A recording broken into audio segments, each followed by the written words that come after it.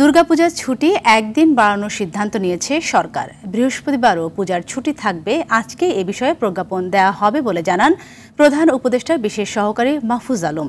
তিনি বলেন, একটি পক্ষ সরকারের সঙ্গে সংখ্যালঘুদের দূরত্ব বাড়ানোর ষড়যন্ত্র করছে। সরকার এ বিষয়ে সতর্ক আছে। সকালে ঢাকেশ্বরী মন্দির পরিদর্শন করে এসব কথা জানান তিনি।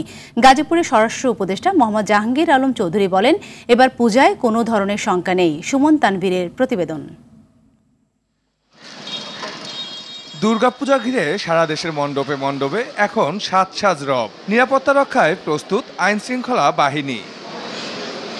সকালে গাজীপুরের কৃষি গবেষণা ইনস্টিটিউট পরিদর্শন ও মতবিনিময় অনুষ্ঠানে স্বরাষ্ট্র উপদেষ্টা বলেন, পূজায় পুলিশ ও আনসার সদস্যদের পাশাপাশি র্যাব, বিজিবি ও সেনাবাহিনী মোতায়েন করা হয়েছে। র্যাবরে দিয়েছি, বিডিআর দেওয়া হয়েছে, সেনাবাহিনীকে ডিপ্লয় করা হয়েছে, নেভিরে ডিপ্লয় করা হয়েছে, প্লাস এয়ারফোর্সেরও ডিপ্লয় দেয়। এবার সব ধরনের বাহিনী ডিপ্লয় করা হয়েছে। এবার পূজা খুব ভালোভাবে হবে। আমি আশা করব যে এবার কোনো ধরনের কোনো রকমের কোনো সমস্যা হবে না। দুর্গাপূজার সার্বিক পরিস্থিতি দেখতে ঢাকেশ্বরী মন্দির পরিদর্শন করেন প্রধান উপদেষ্টার বিশেষ সহকারী মাহফুজ আলম। এ সময় পূজার ছুটি একদিন বাড়ানোর সিদ্ধান্ত হয়েছে বলে জানান তিনি। বৃহস্পতিবারেই একটি ছুটি হবে, যেটা সরকার আদেশ জারি করবেন, এবং এইবার হয়তো 4 দিন একটানা সময় পাওয়া যাবে।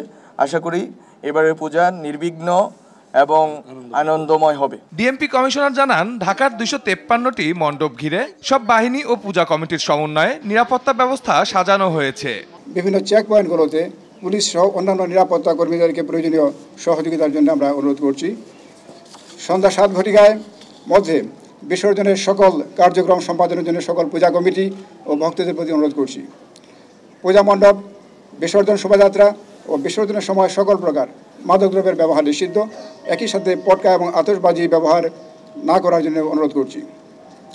বিসর্জন শোভাযাত্রার সময় উচ্চস্বরে সাউন্ড সিস্টেমে ব্যবহার না করার জন্য অনুরোধ করছি। বৌদ্ধ সম্প্রদায়ের কঠিন চিবরদান অনুষ্ঠান নির্বিঘ্নে পালনের জন্য পর্যাপ্ত ব্যবস্থা নিয়েছে সরকার। সুমন তানভীর, RTV, ঢাকা।